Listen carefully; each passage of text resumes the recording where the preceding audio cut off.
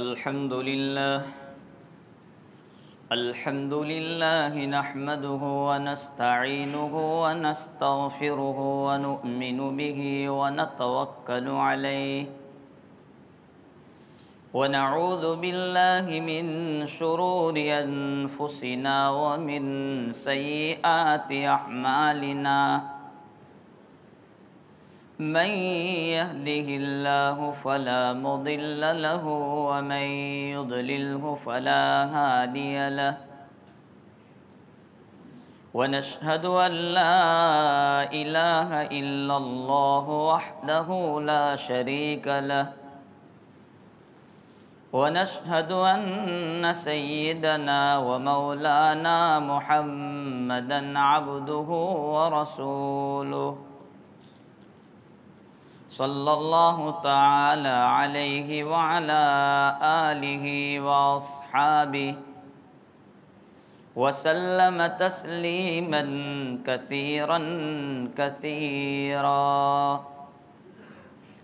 وداعيا إلى الله بإذنه وسراجا منيرا أما بعد فأعوذ بالله من الشيطان الرجيم بسم الله الرحمن الرحيم ومن يتق الله يجعل له مخرجا ويرزقه من حيث لا يحتسب صدق الله مولانا العظيم قال الله تبارك وتعالى في شأن حبيبه إن الله وملائكته يصلون على النبي يا أيها الذين آمنوا صلوا عليه وسلموا تسليما اللهم صل على سيدنا محمد وعلى آل سيدنا محمد وبارک وسلم۔ گرامی قدر علماء کرام، بزرگان محترم اور عزیز ساتھیوں، ابھی خطبے میں آپ حضرات کے سامنے جس آیت کریمہ کو پڑھا اس میں اللہ رب العالمین فرماتے ہیں کہ جو کوئی اللہ رب العالمین کا خوف رکھتا ہے، ڈر رکھتا ہے، اس کو مشکلوں اور تکلیفوں سے نکلنے کا راستہ رب العالمین بنا دیتے ہیں اور اس کو رزق ایسی جگہ سے پہنچاتے ہیں جہاں سے اس کو گمان بھی نہیں ہوتا۔ تو رب العالمین کا خوف، اس کا ڈر، یہ بہت اونچی چیز ہے، اور جب رب العالمین کا خوف نہیں ہوتا تو بندہ گناہوں سے بچتا بھی نہیں اور نیکیوں کی طرف مائل بھی نہیں ہوتا۔ ظاہری اعتبار سے وہ آدمی ایسا لگتا ہے کہ نیکیاں کرتا ہے اور گناہوں سے بچتا ہے، لیکن جب خدا کا خوف دل میں نہیں ہوتا تو وہ لوگوں کی ذلت کی وجہ سے تو گناہ سے بچ جائے گا، پولیس کے ڈر سے تو وہ بچ جائے گا گناہوں سے، لیکن جیسے ہی اس کو موقع ملے گا ویسے ہی وہ گناہ میں مبتلا ہو جائے گا۔ اب لوگ بورڈ لگاتے ہیں کہ آپ سی سی ٹی وی کی نظر میں ہے،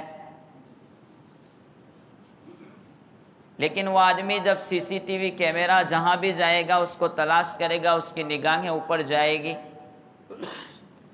اگر ہے تو وہ غلط کام کرنے سے رک جائے گا، اگر نہیں ہے تو وہ گناہ میں مبتلا ہو جائے گا۔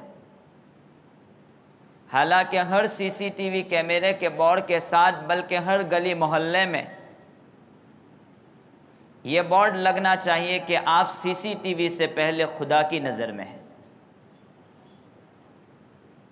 CCTV کیمرے آ چکے، کوئی حرج نہیں، ضرورتاً استعمال کریں، لیکن اس سے پہلے خدا کے خوف کی ضرورت ہے۔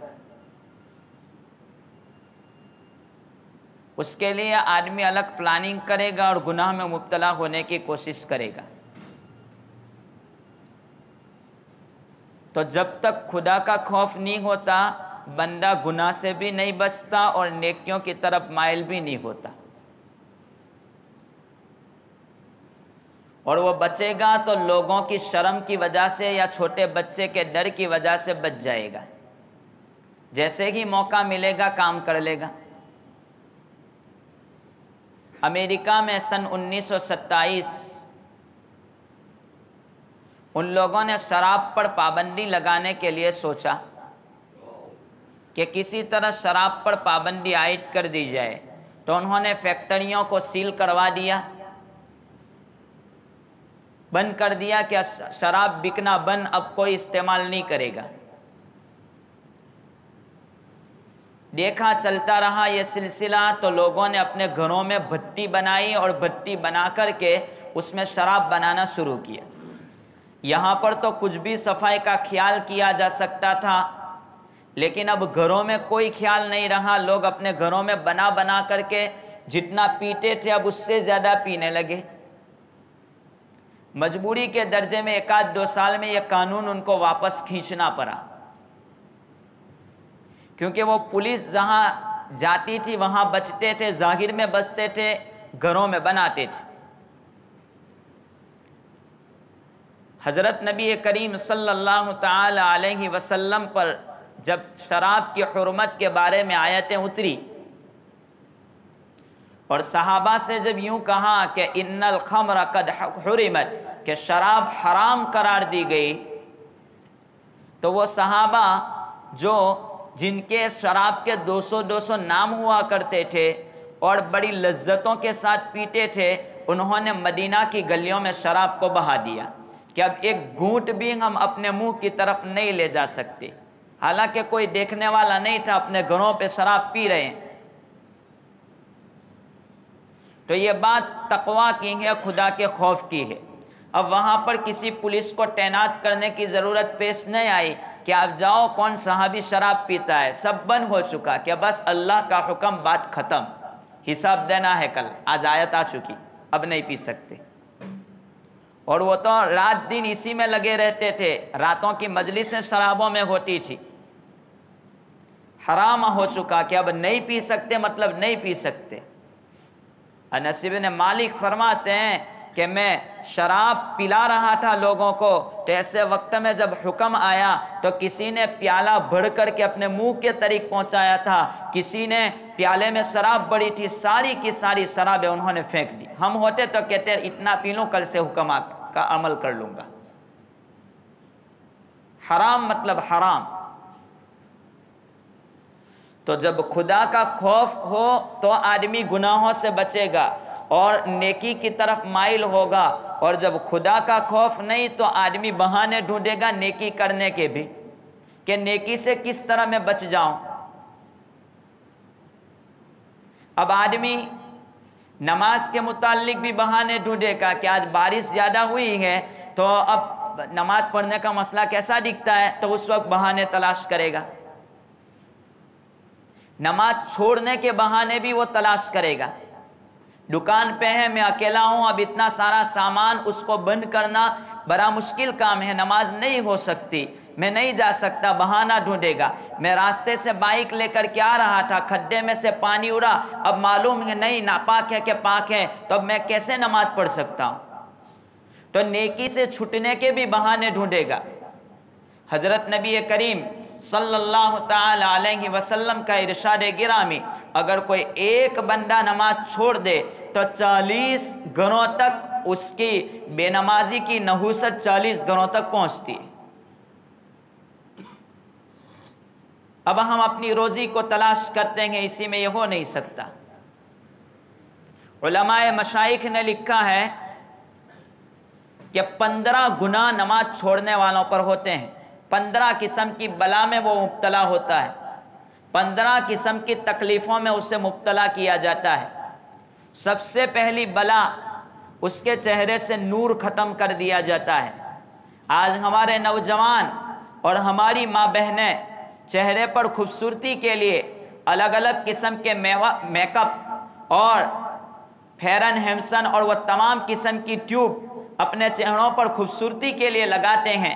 اس سے کبھی خوبصورتی حاصل نہیں ہو سکتی۔ 1-2 گھنٹے کے لیے اگر مالش کیا ہے تو 5-6 گھنٹے تک اس کا اثر باقی رہے گا، ورنہ وہ چہرے کی نورانیت جو بزرگوں کے اور نمازی لوگوں کے چہروں پر ہوتی ہے وہ اس بندے کو اور بندی کو نہیں مل سکتی۔ اپنے چہروں پر پھنسیاں دور کرنے کے واسطے لوگ الگ الگ قسم کے میک اپ لگاتے ہیں، اس سے وہ دور نہیں ہو سکتا۔ آدمی 5 وقتہ اگر نماز کے لیے وضو کر لے تو اور اللہ کے سامنے اپنا چہرہ جھکا دے، اپنے سر کو مٹی میں مل دے، تو اس کی برکت سے رب العالمین اس کے چہرے میں علماء بزرگوں والا اور نمازی لوگوں والا چہرہ اس کا بنا دیتے ہیں۔ اب اس کو کسی میک اپ کی ضرورت نہیں ہے۔ تو پہلی یہ بات ہے کہ اس آدمی کے چہرے سے نور ختم کر دیا جاتا ہے، کتنی بھی کوشش کریں۔ جو اللہ رب العالمین نے جس چیز کی تعین کی اس کے علاوہ کسی بھی چیز میں نورانیت نہیں مل سکتی۔ آدمی اپنا چہرہ سیو کر کے کتنی بھی خوبصورتی لانا چاہے وہ ہو نہیں سکتا۔ لوگ کہتے ہیں کہ مولوی صاحب داڑھی کا مسئلہ آتے ہیں چھوڑتے نہیں ہے۔ کسی بزرگ سے کسی نے کہا مولوی لوگ داڑھیوں کے پیچھے کیوں پڑتے ہیں؟ تو بزرگ نے کہا کہ ہم کہاں پڑتے ہیں، ہم نے تو چھوڑ دیا، آپ پڑے ہیں پیچھے۔ پڑے تو آپ ہیں، ہم نے چھوڑ دی، ان کو چھوڑ دو تو ہم بھی چھوڑ دیں گے۔ تو خوبصورتی جہاں رسول اکرم صلی اللہ تعالی علیہ وسلم کے ساتھ 1,24,000 انبیاء کرام سے یہ حکم دیا گیا کہ آپ اپنی چہرے کی داڑھی کو نہیں کاٹ سکتے، اسی میں آپ کی خوبصورتی ہے۔ اب آدمی کتنا بھی سیو کر لے اور رسی کے ذریعے کتنا بھی اس کو ٹھیک ٹھاک کر لے، وہ خوبصورتی اس آدمی کو نہیں مل سکتی۔ ختم، یہ نورانیت اس کے چہرے سے ختم کر دی جائے گی، چہرہ کالا پڑتا چلا جائے گا، کیونکہ رب العالمین نے اسی کو اپنے نبی اپنے لادلے کے لیے اس بات کو پسند کیا ہے۔ تو پہلی بات میں یہ کہہ رہا تھا کہ اس کے چہرے کا نور ختم کر دیا جائے گا۔ دوسرے نمبر پر دعائیں اس کی قبول نہیں ہوگی۔ جو آدمی نماز نہیں پڑھتا اس کی دعائیں قبول نہیں ہو سکتی، پھر وہ کتنی بھی تکلیف میں ہو اور دعائیں کریں، دعائیں قبول نہیں ہوتی۔ ایک باپ اپنے بیٹے کو کہے بیٹا میری خدمت کر، مجھے پانی پلا، مجھے یہ کر وہ کر، 24 گھنٹے یہ کہتا رہے لیکن بیٹا ایک ماننے کے لیے تیار نہیں۔ اب بیٹا کہیں پھنس گیا تو باپ کو آ کر کے کہتا ہے ابا جان مجھے پیسوں کی ضرورت ہے۔ کیا خیال ہے آپ لوگوں کا؟ رب العالمین نے حکم دیا ہے اس بات کا کہ آپ نماز پڑھیں اور جو مانگنا ہو مجھ سے مانگ لیں۔ تو فرشتے بھی کہتے ہیں یہ آواز کبھی نہیں آتی، آج تکلیف کی وجہ سے آئی ہے، تو اس کی دعائیں رد کر دی جاتی ہے۔ ہم سمجھتے ہیں کہ رزق آدمی کو تجارت کے ذریعے ملتا ہے اور آدمی کو رزق اس کی محنت کے ذریعے ملتا ہے۔ رزق ہم سمجھتے ہیں پیسوں کی زیادتی کو، رزق ہم سمجھتے ہیں اناج کی زیادتی کو، حالانکہ رزق یہ نہیں ہے۔ ایک بادشاہ بیمار پڑا، اپنے گھر پر سے دیکھتا ہے کہ میں بیمار ہوں اور بیماری کے عالم میں نہ اس کو نیند آتی ہے نہ اس کے گلے کے نیچے کھانا جاتا ہے، بہت پریشان ہے، ایک لقمہ گلے سے نیچے نہیں جاتا اور رات کو کروٹیں لے رہا ہے لیکن نیند نہیں آتی۔ اس نے دیکھا کہ ایک لکڑہارا آیا اور آ کر کے اس نے کام کیا اور کام کرنے کے بعد اس نے دوپہر میں کھانا کھا کر کے وہ تو درخت کے سائے میں سو گیا۔ تو بادشاہ کہتا ہے اللہ رب العالمین نے سچ کہا ہے کہ رزق جس کو تم سمجھتے ہو وہ نہیں ہے، رزق تو وہ ہے جس کو میں کھلا دوں جو میں پلا دوں۔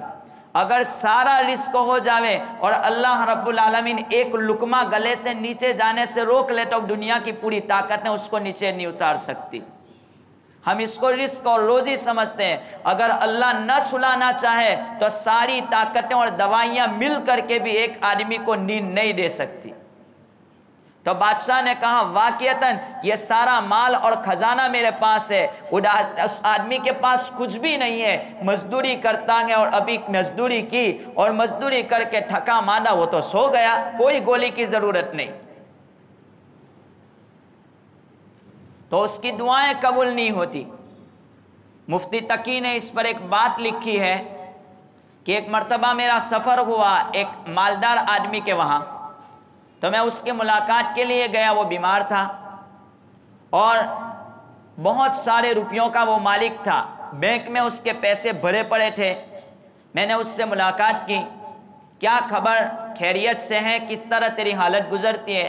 کہ حضرت بات ہی مت پوچھو، حالت یہ ہے کہ ساری بینکیں بھری پڑی ہیں، گھر میں پیسے بہت سارے ہیں، اناج جو چیز چاہے میں کھا سکتا ہوں، لیکن مسئلہ میرا یہ ہے کہ میں کچھ کھا نہیں سکتا ہوں، گلے کے نیچے کوئی چیز جا نہیں سکتی، اگر میں کوئی بھی چیز کھا لوں گا تو میری موت واقع ہو جائے گی، میرے لیے خطرہ ہے، بیماری بڑھ جائے گی۔ کہا کیا وجہ؟ کہا کہ بکرے کا جو گوشت ہوتا ہے اس گوشت کا قیمہ، وہ قیمہ نکالنے کا، اس کو کپڑے میں باندھ کر کے اس کو رات بھر رکھنے کا، اور صبح میں اس کا رس اور جوس نکال کر کے بس اسی کو پینے کا، یہ میری زندگی کا کھانا ہے، اس کے علاوہ کوئی چیز میں اپنے منہ میں نہیں ڈال سکتا۔ تو رزق ہم سمجھتے ہیں پیسوں کی زیادتی کو، حالانکہ وہ نہیں ہے۔ رزق وہ ہے، وہ اللہ تجھے کھلا دے، وہ تجھے پلا دے، وہ تجھے سلا دے، وہ تجھے اطمینان دے دے اپنی اولاد کی طرف سے، اپنے گھر والوں کی طرف سے، ہر قسم سے تجھے عافیت مل جائے، یہ تیرا رزق ہے۔ ورنہ رزق ہوتے ہوئے استعمال نہ کر سکے وہ رزق نہیں ہے، وہ تیرے لیے وبال ہے۔ حالات آئیں گے تو دوسری چیز ذکر کی علماء نے کہ اس کو سزا یہ ملے گی کہ اس کی دعائیں رد کر دی جائے گی، دعائیں قبول نہیں ہوتی۔ تیسری بات فرمائی کہ اس آدمی کی زندگی سے برکت کو اٹھا لیا جائے گا۔ اب برکت کے لیے آدمی دعا کرتا ہے، یہ ہونا چاہیے، وہ ہونا چاہیے، برکت نہیں ہو سکتی۔ اگر ہماری دکان میں ایک مزدور بھی مسلمان ہونے کے باوجود نماز نہیں پڑھتا تو وہ دکان کبھی برکت والی نہیں ہو سکتی۔ اگر میرے گھر میں تمام لوگ بالغ ہیں اور ایک بندہ نماز چھوڑ دیتا ہے، ایک بندی نماز چھوڑ دیتی ہے، تو اس گھر میں کبھی برکتیں نہیں اتر سکتی، برکتیں ختم کر دی جائے گی اس کی زندگی سے۔ اب برکت کا مطلب یہ نہیں کہ اس کو 150 سال کی زندگی مل جاوے، برکت کا مطلب یہ ہے کہ اس کی زندگی تو رہے مختصر، لیکن وہ اتنے کام کر ڈالے کہ سالوں تک اس کے لیے صدقہ جاریہ باقی رہے، اور 100 سال کی زندگی بھی ملے اور اس کے کام ادھورے رہے۔ یہ برکت نہیں۔ برکت تو یہ ہے کہ لوگوں دیکھا کہ علماء کتنے، کوئی 35 سال میں دنیا سے رخصت ہو گیا، کوئی 40 سال میں، کوئی 50 سال میں، لیکن وہ کام اللہ نے ان سے لے لیے کہ اب قیامت تک ان کے لیے آرام۔ زندگی کی برکت تھوڑے وقت میں بہت سارے کام، یا پھر برکت کا مطلب یہ کہ ایک بندہ کہ رب کسی کا کام لاکھوں میں ہوتا ہے، اس کا چند پیسوں میں وہ کام ہو جاتا ہے۔ ڈاکٹروں نے یوں کہا اس کا لاکھوں روپے خرچہ ہوگا، اور دوسرا بندہ کہ اس کو کوئی ضرورت ہی نہیں، بغیر پیسے کے وہ اپنی زندگی گزار رہا ہے۔ تو زندگیوں سے برکت ختم کر دی جائے گی۔ بزرگوں اور صلحاء کی دعاؤں میں اس کا کوئی حصہ نہیں رہے گا، یہ چوتھی چیز۔ بزرگوں اور نیک لوگوں کی دعاؤں میں بے نمازی کا کوئی حصہ نہیں۔ وہ دعائیں کرتے ہیں بزرگ، اللہ تعالیٰ فلاں بندوں کو، تیرے نیک بندوں کو، نمازی بندوں کو، تجھ سے ماننے والوں کو، تیری اطاعت کرنے والوں کی تو مغفرت فرما، تو اس میں اس کا کوئی حصہ نہیں۔ تو میں یہ بات عرض کر رہا تھا کہ اگر کوئی بندہ نیکی کرتا ہے یا گناہوں سے بچتا ہے تو وہ خدا کے خوف کی وجہ سے بچ سکتا ہے۔ اگر خدا کا خوف نہیں ہے تو وہ لوگوں کو دیکھا دیکھی تو نماز پڑھ لے گا، اور لوگوں کو دیکھا دیکھی تو گناہ سے بچ جائے گا۔ جب اس کو تنہائی ملے گی اور گناہ کرنے کا موقع ملے گا وہ گناہ کر ڈالے گا۔ ہم لوگ کہتے ہیں میرے دل میں خدا کا خوف ہے، تقویٰ ہے۔ ہر ایک آدمی اپنے دل سے سوال کر لیں کہ اگر میرے دل میں خدا کا خوف ہے تو فجر میں مجھے کوئی دیکھتا نہیں ہے، میں نماز کے لیے اٹھتا ہوں کہ نہیں اٹھتا ہوں؟ اگر خدا کا خوف ہوتا تو آدمی سفر میں بھی جاوے تو سفر میں یہ کوشش کرے گا کہ میری نماز قضا نہ ہو جائے، مجھے 3-4 منٹ بھی مل جاوے جہاں پر میں کم سے کم اپنے فرض ادا کر لوں تاکہ میری فرض قضا نہ ہو جائے۔ یہ خدا کا خوف۔ اور نہیں ہے خدا کا خوف تو کوئی کچھ نہیں ہے، تنہا ہے، آدمی بیٹھا پڑا ہے۔ اگر دل یہ کہتا ہے، دل سے پوچھو کہ تیرے دل میں پوچھو کہ تو خدا کا خوف رکھتا ہے، اگر وہ کہے کہ ہاں تو سوال کرو، بیٹا فجر میں کدھر جاتا ہے، ظہر میں کہاں چلا جاتا ہے، ہفتے میں 5 وقت کی نمازیں تو کہاں ادا کرتا ہے، اپنے دل سے پوچھو۔ خوف ہے تو کیوں نہیں آتا؟ خوف ہی نہیں ہے دلوں میں۔ تو خدا کا خوف جہاں پر نہیں ہوگا وہاں پر مسئلہ یہ ہوگا، اور خوف نہیں ہوگا تو آدمی معمولی بہانوں پر نماز چھوڑنے کی، چند چھینٹیں آ گئے بارش کے تو اب ان کو مسئلہ یاد آئے گا کہ مول صاحب علماء نے حدیث میں ہے کہ جب بارش سخت ہو جاوے تو اپنے گھروں پر نماز پڑھ لو، مسجد میں جانے کی کوئی ضرورت نہیں۔ یہ مسئلے بڑے پکے یاد ہیں۔ تو برابر ہے، چلو اس مسئلے کو لے کر کے تو پھر آپ اپنے کاموں کے لیے گاڑیاں لے کر کے کیوں نکل جاتے ہیں؟ وہ تو اس وقت مسئلہ ہے جب کہ آپ کے پاس کوئی سبب نہ ہو، بارش بند ہو جاوے، پھر بھی آپ پڑھ لو نے گھر میں کیوں کپڑے گندے کرنے کی۔ ہوٹل پہ کھانا لینے جانے کے لیے کوئی رکاوٹ نہیں۔ تو ذرا اپنے دل میں یہ 2 باتوں کو ملاؤ، کمپیئر کرو اور سوال کرو کہ جب نماز کے لیے روکا گیا تو ہوٹل میں کھانا لینے کے لیے مجھے جانا ہے تو یہاں پر تو میں جا سکتا ہوں، یہاں پر کیوں نہیں؟ 2 چھینٹیں پڑے کہ مسجد میں آدھی صف ہو گئی۔ اور پھر سوال کرتے ہیں رب العالمین سے کہ اللہ بارش دے دے، دعائیں قبول نہیں ہوتی۔ کیا وجہ ہے؟ جب بندہ تکبیر اولیٰ کا پابند ہو جائے، صفوں کا پابند ہو جائے، نمازوں کا پابند ہو جائے، قوم مل کر کے اللہ سے جو مانگے گی وہ دعا اللہ ان کی سن لے گا۔